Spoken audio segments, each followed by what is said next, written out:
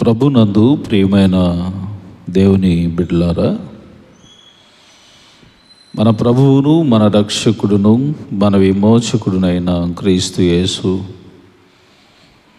అమూల్యమైన నామంలో మీ అందరికీ ఈ ఉదయకాలపు ఆరాధనకు స్వాగతాన్ని తెలియజేస్తూ ఉన్నాను. ప్రియమైన వారులారా, ప్రత్యేకంగా ఉదయ ఆరాధన ప్రారంభించుకున్నట్టుకు గాను చిన్న కీర్తన పుస్తకాల్లో నుండి 5వ కీర్తన, దేవ సంస్తుతి చేయవే మనసా, శ్రీమంతుడగు యెహోవా సంస్తుతి చేయవే మనసా అను పాటను పాడుకుందాం. మొదటి చరణాన్ని అలాగనే 5వ చరణాన్ని అలాగనే చివరి చరణాన్ని పాడుకుందాం. దేవ సంస్తుతి చేయవే మనసా, శ్రీమంతుడగు యెహోవా సంస్తుతి చేయవే మనసా, దేవ సంస్తుతి చేయుమానా, జీవమాయే యెహోవా దేవుని పవనానా మమును తించుమా, నాయంతరంగము లోవసించు నో సమస్తమా, ఆ కారణముచే దేవ సంస్తుతి చేయవే మనసా, జీవమాయే యెహోవా నీకు చేసిన మేళను మరువకు, నీవు చేసిన పాతకంబులను మన్నించి జబ్బు లేవియుం లేకుండజేయును, ఆ కారణముచే దేవ సంస్తుతి చేయవే మనసా, అత్యధిక ప్రేమా స్వరూపి అయిన దీర్ఘశాంతపరుడు, నిత్యము వ్యాజంబు చేయడు, ఆ కృపోన్నతుడు నీపై ఎప్పుడు కోపముంచడు, ఆ కారణముచే దేవ సంస్తుతి చేయవే మనసా, పరమదేవ నిబంధనాజ్ఞల్ భక్తితో గైకొను జనులకు, నిరతమును కృప నిలచియుండును, యెహోవా నీతి తరముల పిల్లలకు నుండును, ఆ కారణముచే దేవ సంస్తుతి చేయవే మనసా. తండ్రి యొక్కయు కుమారుని యొక్కయు పరిశుద్ధాత్మ యొక్కయు నామమున ఆమెన్. అందరూ నాతో కలిపి చెప్పండి. ప్రభువా మమ్మును కనికరింపుము, క్రీస్తు మమ్మును కనికరింపుము, ప్రభువా మమ్మును కనికరింపుము. మనందరము కూడా అలాగనే నిలువబడి అపోస్తుల విశ్వాస ప్రమాణమును ఒప్పుకుందాం. భూమి ఆకాశములను సృజించిన సర్వశక్తి గల తండ్రి అయిన దేవుని నమ్ముచున్నాను. ఆయన ఏక కుమారుడును మన ప్రభు అయిన యేసు క్రీస్తును నమ్ముచున్నాను. ఈయన పరిశుద్ధాత్మ వలన గర్భమున ధరింపబడి కన్యైన మరియకు పుట్టి పొంతి పిలాతు అధికారము క్రింద శ్రమపడి సిలువ వేయబడి చనిపోయి సమాధి చేయబడిననియు అదృశ్య లోకములోనికి దిగిననియు చనిపోయిన వారిలో నుండి మూడో దినమున లేచి పరలోకమునకెక్కి సర్వశక్తి గల తండ్రి అయిన దేవుని కుడి చేతి వైపున కూర్చుని ఉన్నాడనియు సజీవులకును మృతులకును తీర్పు చేయుటకు అక్కడి నుండి వచ్చి నేను నమ్ముచున్నాను. పరిశుద్ధాత్మను నమ్ముచున్నాను. పరిశుద్ధ క్రైస్తవ సంఘముగు పరిశుద్ధుల సహవాసమును, పాపక్షమాపణయు, శరీర పునరుత్థానమును, నిత్య జీవమును ఉన్నవని నమ్ముచున్నాను. ఆమెన్. దయచేసి అందరూ కూడా కూర్చోనండి.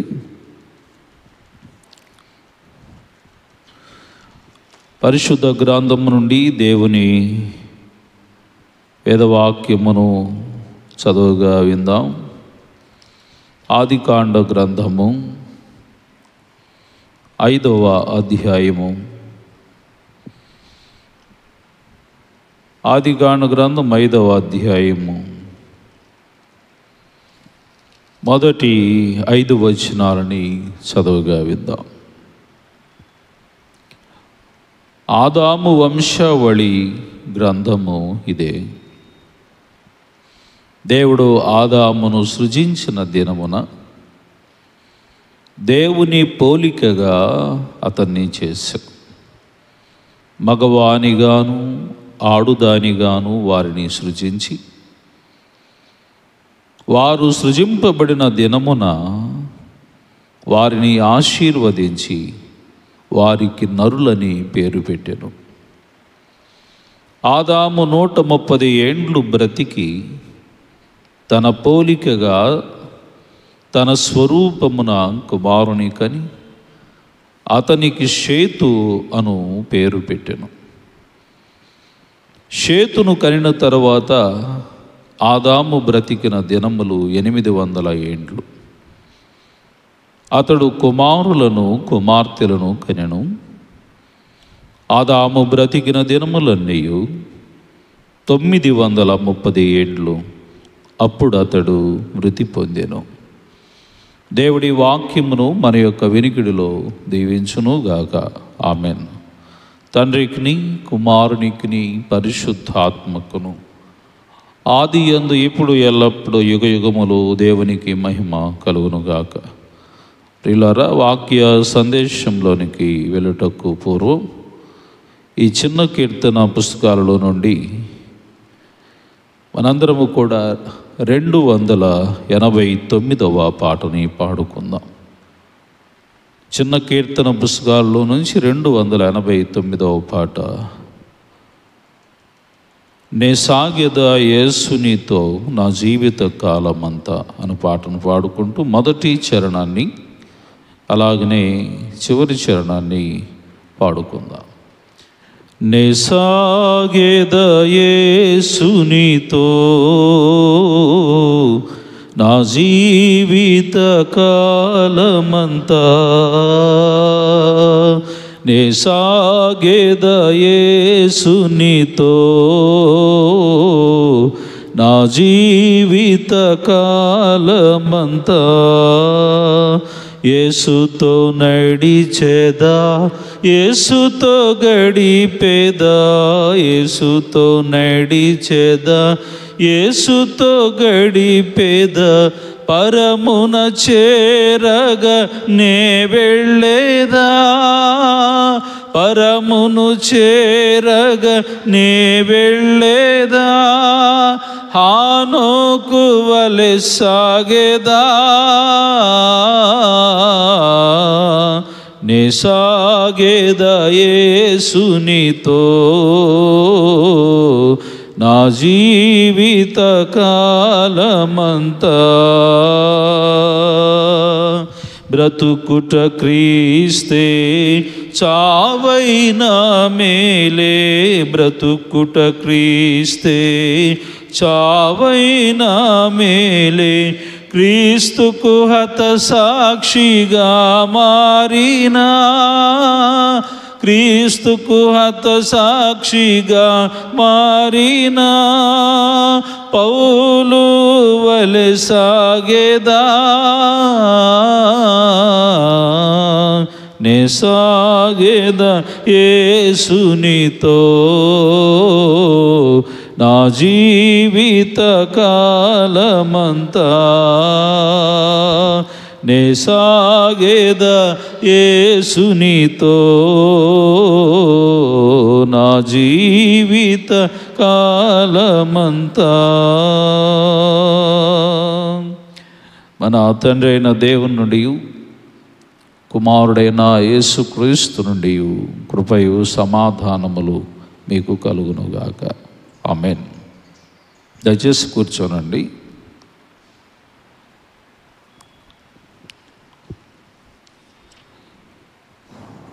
ప్రభునందు ప్రియమైన దేవుని బిడ్డలారా, మన ప్రభు అయిన యేసుక్రీస్తు వారి ఘనమైన అమూల్యమైన నామంలో ఉదయకాలమున ఆరాధనకు చేరి వచ్చిన మీ అందరికీ నా హృదయపూర్వకమైన వందనాలను తెలియజేసుకుంటూ ఉన్నాను. అలాగనే ఆన్లైన్లో వీక్షిస్తున్న ప్రతి ఒక్కరికి కూడా నా వందనాలు తెలియజేస్తూ ఉన్నాను. నేటివేళ చర్చ్కి వచ్చిన మీ అందరికీ సంతోషంగా వాక్యం వినటానికి ప్రభు కృప చూపించాడు. కానీ ఆన్లైన్లో వీక్షిస్తున్న వారందరూ కూడా కొద్దిగా ట్రబుల్ ఫేస్ చేశారట. కారణం ఏమిటి అని అంటే, ఇక్కడ ఉన్నటువంటి మైక్ ఏదైతే ఉందో అది సరైన రీతిలో కనెక్ట్ అవ్వలేదు. అందుచేత టీవీలో చూస్తున్న వాళ్ళందరికీ కూడా బాగా ఎక్కువగా నాయిస్ అనేటువంటిది వచ్చింది. స్వరము కొద్దిగా వినపడకుండా ఇబ్బంది పడ్డారు. నేను కూడా తెలుసుకున్న తర్వాత చాలా బాధపడ్డాను. ఎందుకంటే నిన్నటి వేళ ఒక శ్రేష్టమైన వాక్యము, అయ్యో వీళ్ళందరూ వినలేకపోయారనే బాధ వేసింది నాకు. అందుచేత ఆన్లైన్లో వీక్షిస్తున్న వాళ్ళందరినీ కూడా నేను ఇక నుంచి అలాంటిది లేకుండా చూడాలని ప్రయత్నం చేస్తాను. దేవుని కృపలో మీరందరూ ప్రతిదినము వాక్యం వింటే చాలా సంతోషం. ప్రభు సన్నిధిలో పడుతున్న ప్రయాసకు మీరందరూ ఆత్మీయంగా దీవించబడుతూ ఉంటే అంతకు మించిన భాగ్యం ఇంకోటి ఏది లేదు. ప్రియమైన వారులారా, ప్రత్యేకంగా ఈరోజు మనము ఆదికాండ గ్రంథము 5వ అధ్యాయమును మనము ధ్యానం చేసుకోబోతూ ఉన్నాం. ప్రత్యేకంగా 5వ అధ్యాయము నేనైతే దీనికి ఏమని పేర్లు పెట్టాను అని అంటే, ఇది ఒక విషాదమునకు సంబంధించిన అధ్యాయము అని అంటాను. రెండవది ఏమిటి అని అంటే, ఇది ఒక మరణించిన వారిని మరణాలకు సంబంధించినటువంటి ఒక సమాధుల తోట అంటాను దీన్ని నేను. అర్థమైందా? జాగ్రత్తగా వినాలి. ఇది సమాధులు దొడ్డి.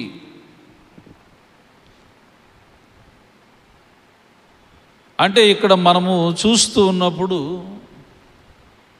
ఎందుకు పాస్టర్ గారు ఆ పేరు అనేటువంటిది దీనికి పెట్టారు అని అంటే, ఇక్కడ మానవుని యొక్క జీవితం గురించి ఎన్ని అద్భుతమైన విషయాలు అన్నటువంటిది ఈ లేఖన భాగంలో తెలియచెప్పారు.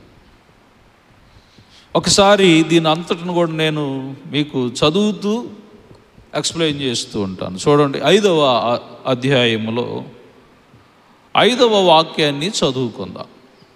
ఆదాము బ్రతికిన దినములన్నీ 930 ఏండ్లు, అప్పుడు అతడు మృతి పొందాను. ఎన్నేళ్ళు? 930 ఏళ్ళు, అప్పుడు అతడు మృతి పొందాను. తర్వాత మరలా మనం చూస్తే 8వ వచనాన్ని చదువుకుందాం. షేతు బ్రతికిన దినములన్నీ 912 ఏండ్లు, అప్పుడు అతడు మృతి పొందాను. ఏం జరిగింది? అప్పుడు అతడు మృతి పొందాను. తర్వాత మరలా 11వ వాక్యాన్ని చూస్తున్నప్పుడు, ఏనోషు దినములన్నీ 905 ఏండ్లు, అప్పుడు అతడు మృతి పొందాను. ఎన్నేళ్ళంట? 905 ఏండ్లు. ఎక్కడే వింటున్నారా? జాగ్రత్తగా వినాలా. ఎన్నేళ్ళు అంట అనగానే నాకు వెంటనే సమాధానం చెప్తే, ఓహో వీళ్ళు ఆ లైన్లోనే ఉన్నారు అని అనిపించింది మాకు. ఓకేనా? తర్వాత 14వ వచనాన్ని చదువుతున్నప్పుడు, కైనాను దినములన్నీ 910 ఏండ్లు, అప్పుడు అతడు మృతి పొందాడు. 917. తర్వాత మహాలలేలు అనేటువంటి వ్యక్తి చూస్తే అతని దినములన్నీ 895 ఏండ్లు, అప్పుడు అతడు మృతి పొందాడు. తర్వాత మరలా చూస్తే 20వ వచనాన్ని చూస్తున్నప్పుడు, ఏరోదు దినములన్నీ 962 ఏండ్లు, 962 ఏండ్లు, అప్పుడు అతడు మృతి పొందాను. తర్వాత మళ్ళా మెతుషెల గురించి చూద్దాం. 27వ వచనం, మెతుషెల దినములన్నీ 969 ఏండ్లు, అప్పుడు అతడు మృతి పొందాను. 969 ఏండ్లు, అప్పుడు అతడు మృతి పొందాను. మరి చివరిగా ఇంకొకటి 31వ వచనాన్ని చదువుకుందాం. లెమెకు దినములన్నీ 777 ఏండ్లు, అప్పుడు అతడు మృతి పొందాను. చదివిన ప్రతి వచనంలో ఆదాము 930 సంవత్సరాలు, షేతు 912 సంవత్సరాలు, ఏనోషు 905 సంవత్సరాలు, కైనాను 910 సంవత్సరాలు, మహాలలేలు 895 సంవత్సరాలు, ఎరేదు 962 సంవత్సరాలు. తర్వాత మళ్ళా చూస్తే మెతుషెలను చూస్తేనేమో అతడు వచ్చేసేమో 969 సంవత్సరాలు. తర్వాత లెమెకును చూసినప్పుడు అతడు 777 ఏండ్లు. ఇన్ని వందల సంవత్సరాలు బ్రతికినా సరే వీళ్ళు చివరి పొందుకున్నది ఏంటంట? సమాధుల్లోకి పోవాల్సిన పరిస్థితి ఏర్పడింది. మృతి పొందాను. కానీ వీళ్ళల్లో ఒక్క వ్యక్తి మాత్రము ఏమిటి? ఒకే ఒక వ్యక్తి మాత్రము మృతి పొందకుండా దేవుని దగ్గరికి వెళ్ళిపోయాడట. ఈరోజు వాక్యంలో మనము కొద్దిగా ధ్యానించబోతున్నటువంటి వ్యక్తి ఎవరయ్యా అంటే ఆయన మాత్రమే. ఆయన ఎవరు? 21వ వచనములో నుండి ఉన్నటువంటి వ్యక్తి. హానోకు 65 ఏండ్లు బ్రతికి ఎవరిని కన్నాడంట? మెతుషెలను కన్నాడు. ముందు 18వ వచనం దగ్గర నుండి చూద్దాం. ఏరేదు 162 ఏండ్లు బ్రతికి హానోకును కనెను. హానోకును కనిన తర్వాత ఎరేదు 800 ఏండ్లు బ్రతికి కుమారులను కుమార్తెలను కనెను. ఎరేదు దినములన్నీ 962 ఏండ్లు, అప్పుడు అతడు మృతి పొందెను. హానోకు 65 ఏండ్లు బ్రతికి ఎవరిని కన్నాడంట? మెతుషెలను కన్నాడు. ఎవరి మెతుషెల? బైబిలు గ్రంథం అంతటిలో కూడా భూమి మీద ఎక్కువ సంవత్సరాలు బ్రతికినటువంటి వాడు. అర్థమైందా? 969 సంవత్సరాలు బ్రతికాడు. ఈ పరిశుద్ధ గ్రంథంలో బైబిల్ గ్రంథం అంతటిలో కూడా ఎక్కువ భూమి మీద బ్రతికినటువంటి వ్యక్తి ఎవరయ్యానంటే 969 సంవత్సరాలు బ్రతికినటువంటి వాడు అతడే మెతుషెల. మనం అర్థం చేసుకోవాల్సింది. ఎవరు కుమారుడు ఈ మెతుషెల అంటే, ఇదిగో మరి ఇక్కడ ఉన్నటువంటి హానోకు అనేటువంటి వ్యక్తి యొక్క కుమారుడు. జాగ్రత్తగా వినాలి. ఈ హానోకు యొక్క జీవితం ఏమిటి, ఇతని పరిస్థితి ఏమిటనంటే ఇక్కడ చూస్తే ఏమన్నాడు? హానోకు మెతుషెలను కనిన తర్వాత 300 ఏండ్లు దేవునితో నడుచుచు కుమారులను కుమార్తెలను కనెను. హానోకు దినములన్నీ 365 ఏండ్లు. హానోకు దేవునితో నడిచిన తర్వాత దేవుడు అతన్ని తీసుకొని పోయెను గనుక ఏమిటంటే అతడు లేకపోయెను. జాగ్రత్తగా వింటున్నారు. ఇక్కడ 365 ఏళ్ళు బ్రతికిన తర్వాత అతడు మృతి పొందెను అనే మాట రాలేదు ఇక్కడ. 969 సంవత్సరాలు బ్రతికిన మెతూషెల మృతి పొందెను, 930 ఏళ్ళు బ్రతికిన ఆదాము మృతి పొందెను అని ఇలాగా ప్రతి ఒక్కరి గురించి చెప్పబడుతూ ఉంది. కానీ ఇతడు 365 ఏండ్లు బ్రతుకుతూ ఉన్నప్పటికీ కూడా ఇతడు మాత్రము మృతి పొందకుండగా దేవుని యొక్క సన్నిధానానికి ఆయన వెళ్ళిపోయాడట. కారణం ఏమిటి?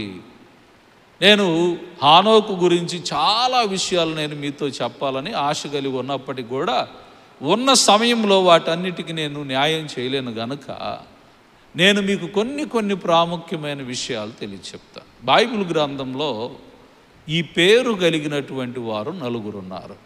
హానోకు అనేటువంటి పేరు కలిగిన వారు 4 ఉన్నారు. ఒకళ్ళు ఎవరయ్యానంటే, మొట్టమొదటిగా భూమి మీదకు నిన్నటి వేళ చెప్పుకున్నాం కదా, భూమి మీదకు ఉద్భవించినటువంటి వాడు ఏది? ఆది తల్లిదండ్రులు ఉన్న ఆదాము అవ్వలకు పుట్టిన కయ్యూనుకు పుట్టినటువంటి సంతానము హానోకు అతడు ఒకడు హానోకు. తర్వాత రెండవ విషయం ఏంటనంటే, అబ్రహాము శారా చనిపోయిన తర్వాత కెతూరాను చేసుకున్నాడు. ఈ కెతూరాను చేసుకున్నప్పుడు ఆ కెతూరా మరి పుట్టినటువంటి సంతానము, అబ్రహాముకు పుట్టినటువంటి ఒక కొడుకు పేరు ఏమిటంటే హానోకు. తర్వాత 3వ వ్యక్తిని మనం చూస్తూ ఉన్నప్పుడు రూబేను, ఇశ్రాయేలు గోత్రం యాకోబునకు పుట్టినటువంటి మొదటి సంతానమై ఉన్నటువంటి రూబేనుకు పుట్టినటువంటి కొడుకుల్లో ఒక కొడుకు పేరు ఏమిటనంటే హానోకు. ముఖ్యంగా వీళ్ళని చూడాలంటే ఒకటి ఆదికాండం 4వ అధ్యాయం 17వ వచనములోను, ఆదికాండం 25వ అధ్యాయము 4వ వచనములోను, ఆదికాండం 46వ అధ్యాయము 9వ వచనములో వీళ్ళందరి పేర్లు ఉంటాయి. వీళ్ళల్లో ఇప్పుడు మనం ధ్యానిస్తున్నటువంటి వ్యక్తి ఎవరంటే, ఇదిగో మరణము చూడకుండా కొనిపోబడినటువంటి ఈ హానోకు. ఎందుకు వెళ్ళాడు దేవుడి సన్నిధికి? ఆయన దేవుని సన్నిధానానికి వెళ్ళటానికి గల ఆయనలో ఉన్నటువంటి ప్రత్యేకమైనటువంటి లక్షణాలు ఏంటి? వీళ్ళందరూ మృతి పొందారు, కానీ మరణము చూడకుండగా డైరెక్ట్గా పరలోక పట్టణానికి అతడు వెళ్ళిపోవటానికి కారణం ఏమిటి? హానోకు అనేటువంటి పేరుకు అర్థం ఏమిటంటే ప్రతిష్ఠితుడు అని అర్థం. ఏంటి అర్థము? హానోకు అనేటువంటి పేరు నాకు అర్థం ఏంటంటే ప్రతిష్ఠించుకున్నవాడు. 65 ఏళ్ళు ఆయన మరి ఉన్నప్పుడు కుమారుణ్ణి కన్నాడంట. 65 ఏళ్ళు ఈ లోకములో అతడు జీవించాడు, ఈ లోకములో అతడు బ్రతికాడు.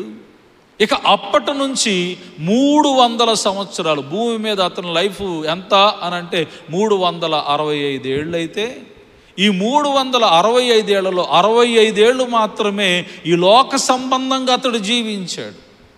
300 సంవత్సరాలు మాత్రం ఈ భూమి మీద అతడట దేవుని కొరకు తన్ను తాను ప్రతిష్ఠించుకున్నాడు. ఎవరు కూడా అతను ప్రతిష్ఠించలేదు. నా జీవితము దేవుని కొరకే, నా బ్రతుకు దేవుని కొరకే అని తన్ను తాను దేవుని కొరకు అర్పణ చేసుకున్నాడు, ప్రత్యేకపరుచుకున్నాడు. దేవుని కొరకే జీవించటం అన్నటువంటిది అతడు తెలుసుకున్నాడు.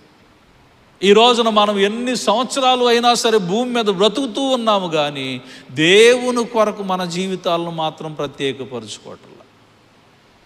అది సిగ్గుపడాల్సినటువంటి విషయం. ఇక ఇవేమి నాకు అవసరం లేదు. ఎందుకంటే ఇతడు ఎన్నో తరము, 7వ తరము గుర్తుపెట్టుకోవాలి. ఆదాము దగ్గర నుండి చూస్తే హానోకు అనేటువంటి వ్యక్తి ఎప్పుడంటే 7వ తరము. 7 అంటే సంపూర్ణమైనటువంటి సంఖ్య, పరిపూర్ణమైనటువంటి సంఖ్య. ఈ 7వ తరములో దేవుని యొక్క మరి ఆ పుట్టినటువంటి వ్యక్తి తెలుసుకున్నది ఏమిటంటే, నా పైన ఉన్న మా తాతలని, మా నాన్నలని, వీళ్ళందరినీ నేను చూసినా సరే వీళ్ళు ఎన్నెన్నో ప్రయాసలు పడి ఇక్కడ ఏదో సాధిద్దాం, సంపాదిద్దాం అనేటువంటి ఉద్దేశంతో ఎలా పడితే అలాగ బ్రతుకుతూ వచ్చారు. కానీ ఇది ఏ ఒక్కటిని కూడా నాకు శాశ్వతమైనటువంటిది కాదు. నాకు శాశ్వతమైనటువంటిది ఇదిగో నా ప్రభువే అని అది తెలుసుకున్నాడు. ఎప్పుడు 65వ ఏటప్పుడు తెలుసుకున్నాడు. అప్పటి నుంచి తన జీవితాన్ని దేవుని కొరకు తనను తాను సమర్పణ చేసుకున్నాడు, ప్రతిష్ఠించుకున్నాడు. పెంతెకోస్తు పండుగ రోజున దేవుడు పేతురు ద్వారా చెప్పినటువంటి ఒకే ఒక మాట ఏమిటనంటే, అపోస్తుల కార్యముల గ్రంథం 2వ అధ్యాయం 40వ వచనంలో చూస్తున్నప్పుడు రాయబడిన మాట నేను చదువుతాను, వినండిలేమ్మ. మీరు మూర్ఖులకు ఈ తరము వారికి వేరై రక్షణ పొందుడని వారిని హెచ్చరించెను. మూర్ఖులకు ఈ తరము వారికి వేరై, మూర్ఖులైనటువంటి ఈ తరము వారు ఉన్నారు. మీరు వాళ్ళతో పాటు కలిసి జీవించడం కాదు.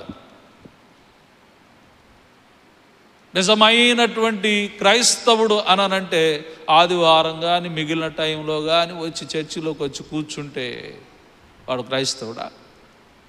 జాగ్రత్తగా వినండి. మేము బాప్తిజమాలు తీసుకున్నామండి అనంటే క్రైస్తవుడా? మేము చర్చిలో వచ్చి పాటలు పాడతామండి అనంటే క్రైస్తవుడా? ప్రతిష్ఠించుకున్నవాడా? మేము చర్చికి కావలసినంత కానుకలు ఇస్తామండి అంటే క్రైస్తవుడా? ఈ మాటలు అడుగుతూ ఉన్నప్పుడు ఒక్కోసారి చాలా బాధ వేస్తూ ఉంటుంది. కానీ నిజాన్ని చూడాలి. మనం అన్ని రకాలైనటువంటి పెత్తనాలు చేస్తున్నామండి అంటే క్రైస్తవుడా? No, not at all. ఎవరు నిజమైన క్రైస్తవుడు అనంటే హానోకులాగా జీవించేవాడు. తన జీవితాన్ని ప్రభువు కొరకే, బ్రతుకంతా నా బ్రతుకంతా ప్రభువు కొరకే, ఈ లోకముతో నాకు సంబంధం వేరై, సపరేటెడ్ అని అన్నాడు దాన్ని. ఈ లోక మర్యాదలో మీరు ఉండొద్దు. ఈ లోక పోకడలు, మనం లోకములో ఉంటూ ఉన్నాము, లోకములో బ్రతుకుతూ ఉన్నప్పటికీ కూడా లోకముతో మనకు సంబంధము లేదు. మనం ఎప్పుడు చూసినా మన ఫోకస్ ఏంటంటే ఈ లోకములోనే చూస్తూ ఉంటాం. అతను ఫోకస్ ఏమిటనంటే దేవుని వైపే అతడు చూస్తున్నాడు. నా దేవుడే నాకు ముఖ్యము. ఈ రోజున మన జీవితాలు అలాగ ఉండాలి. సపరేటెడ్ అని అంటే అర్థమైంది, అందరూ ఉంటారు, నువ్వు ప్రత్యేకంగా కనపడాలి. వాళ్ళు నిజమైనటువంటి క్రైస్తవుడు. ఒకప్పుడు చీకటే, నువ్వు దేవుణ్ణి ఎరిగి నాకు వెలుగులో నడుచుకోవాలి. ఒకప్పుడు పాపివే, నువ్వు దేవుణ్ణి ఎరిగినాక పరిశుద్ధమైన నడవటానికి నువ్వు ప్రయత్నం చేయాలా. కానీ మనం ఏం చేస్తున్నాము? మనమేమో ఎలాగుంటున్నామంటే ప్రతిష్ఠించుకొని జీవించలేకపోతూ ఉన్నాము. హానోకు అనగా అర్థం ఏమిటి? ప్రతిష్ఠితుడు. అర్థమవుతుందా మీ అందరికీ వాక్యము? రెండవది మనం జ్ఞాపకం చేసుకుంటున్నప్పుడు హానోకులో మనము గుర్తుపెట్టుకోవలసినటువంటి విషయం ఏంటంటే, ఇక్కడ ఏమంటాడు? హానోకు గురించి మాట్లాడుతూ 22వ వచనంలో మనం చూస్తే, హానోకు మెతూషెలను కనిన తరువాత 300 ఏండ్లు దేవునితో నడుచుచూ అన్నాడు. ఎన్నేళ్ళు? 300 ఏండ్లు. ఒక ఆదివారం కనపడితే ఇంకొక ఆదివారం మన చర్చిలో కనపడదు కదా. ఒకరోజు కనపడితే ఇంకో రోజు చర్చిలో ఉండం. మన 300 ఏండ్లు నడవటం అంటే మామూలు విషయమా? నడుచుట అంటే అర్థం ఏంటి? నడుచుట అనేటువంటి మాటకు అర్థం ఏమిటి? నేను చాలా సందర్భాల్లో ఒక వివాహాలు అనేటువంటివి చేస్తూ ఉంటాం కదా. ఎక్కడ కాకపోయినా నేను చేసినటువంటి ప్యారిషుల్లో చాలా పెళ్ళిళ్ళు నేను చేశాను. మంచిది. ఇప్పుడు ఈ పెళ్ళిళ్ళు అనేటువంటి వాటిని చేస్తూ ఉన్నప్పుడు పెళ్లి కుమారుణ్ణి, పెళ్లి కుమార్తెను నేను మొదటగా ఒక ప్రశ్న అడుగుతాను. ఏమిటి? నీవు ఈ స్త్రీని వివాహము చేసుకున్నట్టుకు దేవుని ఎదుట సమ్మతించుచున్నావా? నీవు ఈ పురుషుడిని వివాహము చేసుకున్నట్టుకు దేవుని ఎదుట నువ్వు సమ్మతించుచున్నావా? ఆమోసు ఏమంటాడు? ఆమోసు గ్రంథం 3:3 చూస్తే సమ్మతింపకుండా ఇద్దరు కూడి నడుతురా అంటాడు. అర్థమవుతుందా నాన్న మీకు? సమ్మతింపకుండా ఇద్దరు కూడి నడుస్తారా?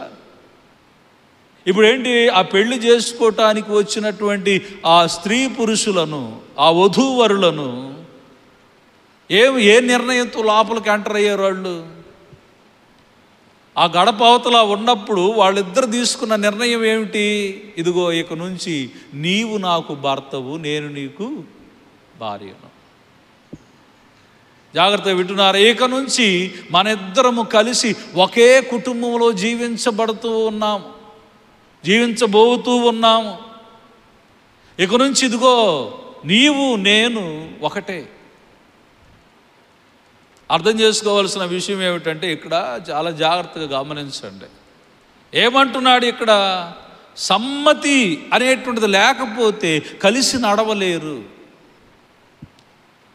ఆ సమ్మతి లేకపోతే నీ అభిప్రాయం వేరుంటుంది, నా అభిప్రాయం వేరుగా ఉంటుంది.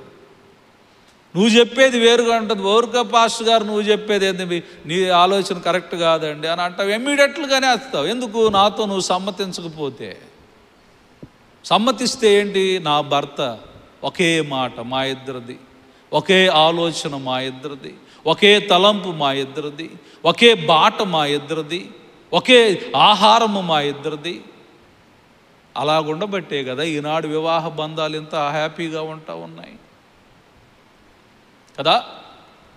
ఒకే తలంపు. ఒకవేళ ఆమెకు నచ్చినా నచ్చకపోయినా, ఒక్కోసారి భర్త చేసే పనులు ఇష్టపడకపోయినా సమ్మతించి అడుగు ముందుకు వేసుకుంటా పోతూ ఉంటుంది.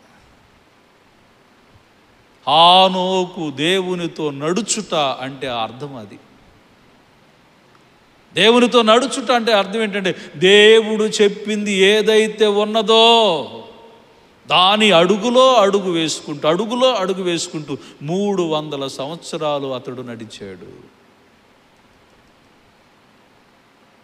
భక్తులు ఏమని చెప్పారంటే, దేవునితో నడుచుట అనంటే అర్థం ఏంటంటే, హానోకు ఏం చేశాడంటే 3 ప్రాముఖ్యమైన విషయాలు చేశాడు. రోజు దేవునితో మాట్లాడుతూ ఉంటాడు. అనగా అర్థం ఏమిటి? ప్రార్థించుట. రోజు దేవుని యొక్క స్వరాన్ని వింటూ ఉంటాడు. అప్పుడు బైబిల్ గ్రంథము లిఖించబడలేదు కనుక దేవుడే ప్రతి దినము మాట్లాడుతూ ఉంటాడు అతనితో అని అంటారు. 3వ విషయం ఏమిటనంటే, ఎప్పుడూ దేవుని నామ సంకీర్తన చేస్తూ ఉండేవాడు. అనగా అర్థం ఏమిటి? దేవుణ్ణి స్తుతిస్తూ ఉంటాడు. అంటే ఇక ఈ 3 ఇక ఎప్పుడు దేవుడిని వదిలిపెట్టాడు? ప్రార్థన చేసుకుంటాడు, దేవుడి స్వరాన్ని వింటూ ఉంటాడు, దేవుణ్ణి స్తుతించుకుంటూ ఉంటాడు. ఇక ఈయన్ని తీసుకుపోకపోతే నిన్ను నన్ను తీసుకుపోతాడు పరలోకానికి దేవుడు. ఏమండి? ఈయన తీసుకుపోకపోతే నిన్ను నన్ను తీసుకుపోతాడు. ఏదో చర్చికి వచ్చినప్పుడు ఆ 2 వచనాలకి ఇంకో 3వ వచనం కూడా కలిగిందంటే, ఏంది అయ్యగారు ఇంకొక వచనం ఎగస్ట్రా పాడుతున్నాడు అన్నట్టుగా చూసేవాళ్ళుగా మనం ఉంటామైతే. ఏమండి? ఒక 10 నిమిషాలు లేట్ అయిపోయింది అనుకో, ఈరోజు వాక్యము శ్రేష్టమైన వాక్యం వింటున్నాము, అవసరమైతే ఇప్పుడు ఏంటి మాకు ప్రాబ్లం ఏంటి? వినండి, సంతోషంగా వినండి వాక్యము, వేగిరపడుతూ వినండి వాక్యము, హృదయం తెరిచి వినండి వాక్యము. ఏమైంది? దానికి మించింది ఏదన్నా ఇంపార్టెంట్ బయట ఉందా? ఎంత ఇంపార్టెంట్ ఉన్నా సరే నువ్వు దేవుడి వాక్యం మనస్ఫూర్తిగా వింటమే. ఈరోజు మనం అదే అర్థం చేసుకోవాలి. ఎంత మంచి జీవితం అండి హానోకు జీవితం.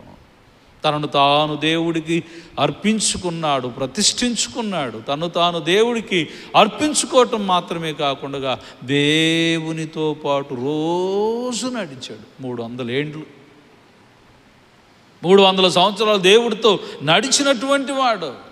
తర్వాత మరి హానోకు జీవితంలో మనం చూస్తున్నప్పుడు, హానోకు ఎవరంట? హెబ్రీయులకు రాసిన పత్రికలో మనం చూస్తూ ఉన్నప్పుడు 11వ అధ్యాయంలో ఒక చక్కని వాక్యాలు ఉన్నాయి. వీటిని నేను త్వరగా మీకు వినిపించడానికి చూస్తా. హెబ్రీయులకు రాసిన పత్రిక 11వ అధ్యాయము 5వ వచనాన్ని చదువుకుందాం. విశ్వాసమును బట్టి హానోకు మరణము చూడకుండానట్లు కొనిపోబడెను. దేన్ని బట్టి అంట? విశ్వాసమును బట్టి. విశ్వాసం అంటే అర్థం ఏంటి? ఆ మొదటి వచనంలోనే అంటాడు. ఏది? హెబ్రీ పత్రిక 11వ అధ్యాయము మొదటి వచనంలో ఏమంటూ ఉంటాడంటే, విశ్వాసమనున్నది నిరీక్షింపబడు వాటి యొక్క నిజస్వరూపము, అదృశ్యమైనవి ఉన్నవనుటకు రుజువునై ఉన్నవి అంటాడు. అంటే అర్థం ఏమిటి? అదృశ్యమైనవి అంటే మనకు దృశ్యము కానివి ఉన్నాయి. వాటిని అన్నిటిని కూడా మనం నిరీక్షిస్తూ ఉన్నాము. అంటే ఇది మీకు ఇంకా అర్థము కావాలనంటే, విశ్వాసాన్ని గురించి మనం ఇంకా బాగా అర్థం చేసుకోవాలంటే, కీర్తనల గ్రంథము 40వ సంకీర్తన మొదటి వచనాన్ని చదువుకుందాం. కీర్తనల గ్రంథము 40వ సంకీర్తన మొదటి వచనాన్ని 2వ వచనాన్ని మనం చదవగా విందాం. ఒకసారి చదువుతాను, చూడండి. ఏమిటంట?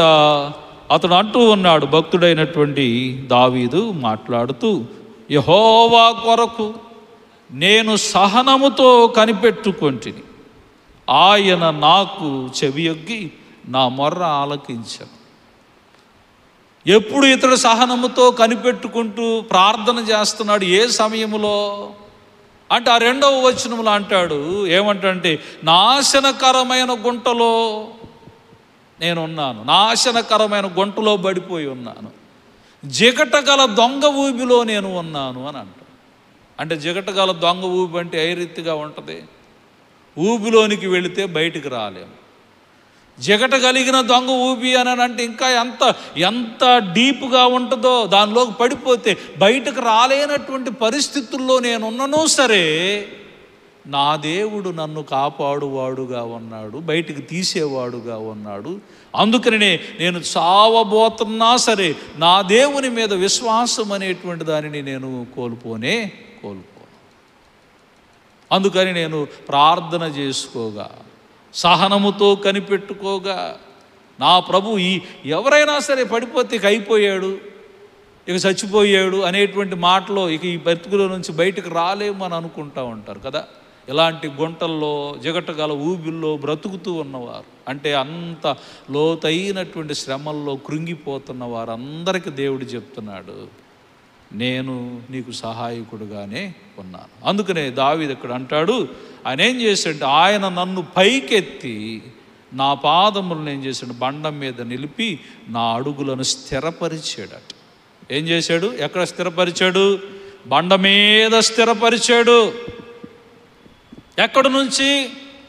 జిగట కలిగిన దొంగ ఊబిలో, ఆ గుంట నాశనకరమైన గుంటలో నేను పడినప్పుడు, అప్పుడు నిరీక్షణ లేని సమయంలో నేను దేవుడి మీద నిరీక్షణ ఉంచాడు. అంటే హానోకు ఎలా ఉన్నాడో తెలుసా? నా దేవుడు ఏ పరిస్థితుల్లోనైనా సరే నన్ను రక్షించువాడు, నన్ను కాపాడువాడు. మీలో ఉండాల్సింది అది. దేవుని కొరకు ప్రతిష్ఠించబడటము ఉండాలి. రెండోది దేవునితో నడవటము ఉండాలి. మూడోది ఏంటంటే దేవుని మీద సంపూర్ణంగా ఆనుకోవటం తెలుసుకో, విశ్వాసముతో ఉండటం తెలుసుకో. ఏ పరిస్థితుల్లోనైనా నా దేవుడు చాలిన దేవుడు, నా దేవుడు నాకు చాలిన దేవుడు, నాకు సహకారి, నాకు మేలు చేసేవాడు. తర్వాత మనం చూస్తుంటే హానోకులో కనపడేది ఏమిటి అని అంటే, దేవునికి ఇష్టుడు. ఏమిటి? దేవునికి ఇష్టుడని సాక్ష్యము పొందెను. ఎవరు ఇష్టలు దేవునికి? ఎవరు ఇష్టలంట దేవునికి? యేసు ప్రభువు వారు పుట్టినప్పుడు దేవదూతలు వచ్చి సర్వోన్నతమైన స్థలముల్లో దేవునికి మహిమ, ఆయనకి ఇష్టలైన మనుషులకు భూమి మీద సమాధానము అని అన్నాడు. ఆయనకి ఇష్టలు అసలు ఎవరు? కీర్తనాకారుడు ఒక మాట అంటూ ఉంటాడు. ఏమిటి? 16వ సంకీర్తన 3వ వచనాన్ని చదువుతున్నప్పుడు, నేనిలాగందును, జాగ్రత్తగా వినండి, నేనిలాగందును 16:3లో, భూమి మీద ఉన్న భక్తులే శ్రేష్ఠులు, వారు కేవలము ఆయనకు ఇష్టులు. ఎవరిష్టమైన వాళ్ళంట? భూమి మీద ఉన్న భక్తులే శ్రేష్ఠులు, వారు కేవలము ఆయనకు ఇష్టులు.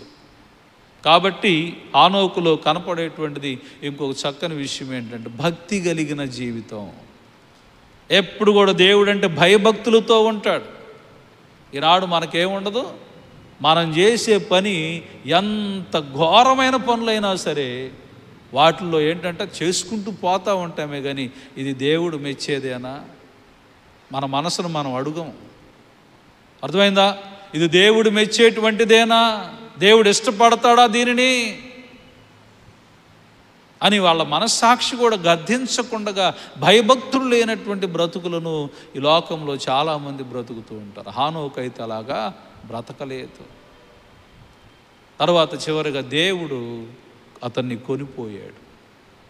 ఈ చివరి విషయము ఇంకా చాలా ఉన్నాయి, మీకు 5 విషయాలు నేను తెలియచెప్పాలనుకుంటున్నాను. ఈ చివరిగా ఉన్నది ఏంటంటే దేవుడు అతన్ని కొనిపోయాడంట.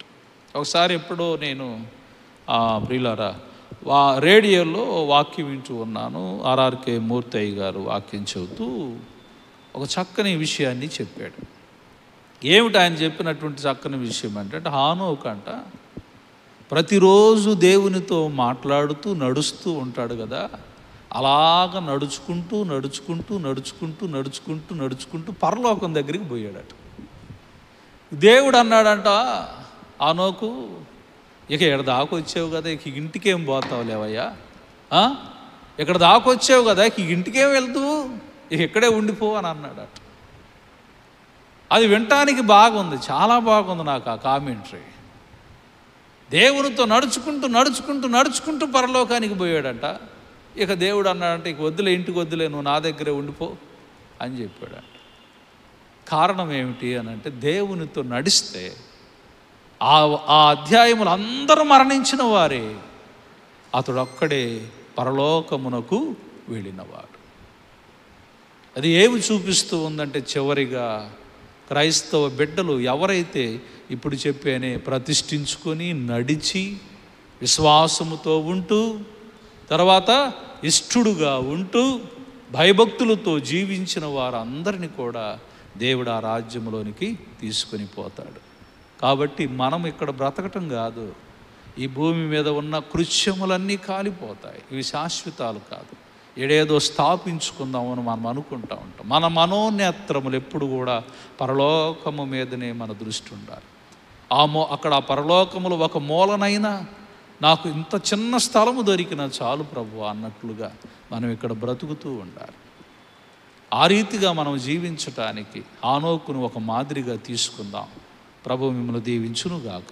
ఆమేన్. సమస్త జ్ఞానములకు మించిన దేవుని యొక్క సమాధానము మీ హృదయములకును మీ తలంపులకును కావలి ఉండునుగాక. ఆమేన్. ప్రార్థించుకుందాం. మమ్మల్ని మిక్కిలిగా ప్రేమించిన మా ప్రియ పరలోకపు తండ్రి, నీ పరిశుద్ధ పాదములకు విరలేని వందనాలు, స్తోత్రాలు. ఈనాడు ప్రభు ఎదుగో నా తండ్రి ఆదికాండ గ్రంథము 5వ అధ్యాయములో కొన్ని ప్రాముఖ్యమైన విషయాలు మీరు మాట్లాడారు. మాదిరి కలిగిన పురుషుడు, నీ ద్వారా సాక్ష్యము పొందుకున్నటువంటి వాడు హానోకు జీవితాన్ని చదువుకుంటూ అయ్యేదిగో మా జీవితాల్లో ఆ వాక్యం అప్లై చేసుకోవటానికి మీరు చూపించిన కృపను బట్టి వందనాలు. విన్న వాక్యము వ్యర్థముగా పోనీయక నీరు కట్టి ఫలించేటట్లుగా సహాయం చేయండి. ఆన్లైన్లో వీక్షిస్తున్న బిడ్డలు, చేరి వచ్చిన బిడ్డలను ఆత్మీయంగా బలపరచండి. అలాగనే శారీరకంగా స్వస్థతను దయచేయండి. అలాగనే దినము నీ బిడ్డలు వెళుతున్న పనుల్లో నూరంతల దీవెనలు ఇవ్వండి. ప్రత్యేకంగా రాకపోకల్లో తోడుగా ఉండండి, పనివేళల్లో తోడుగా ఉండండి. ఈ రోజున స్పెషల్ డేస్ జరుపుకుంటున్న బిడ్డలు, బర్త్డేస్, వెడ్డింగ్ డేస్, ఇతర నాయనెదుగున అతను ముఖ్యమైన రోజులు జరుపుకుంటున్న వారందరికీ మీరు తోడుగా ఉండి వారిని నడిపించండి. ప్రత్యేకంగా మా సంఘమును, సంఘంలో ఉన్న ప్రతి కుటుంబాన్ని పేరు పేరు వరుసన మీరు దీవించి ఆశీర్వదించమని యేసు నామమున అడిగి వేడుకొని ప్రార్థన చేస్తున్నాం తండ్రి.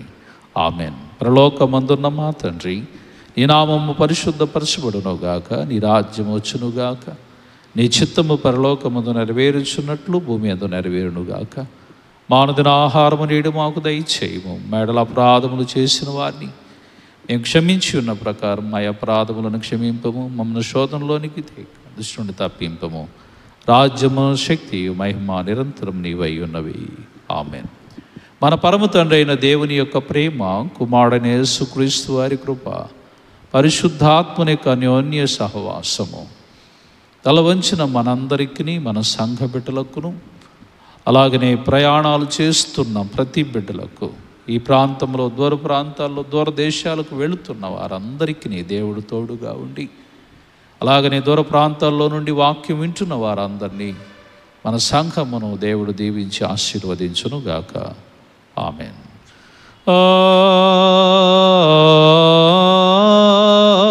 ఆమేన్. ఆమేన్.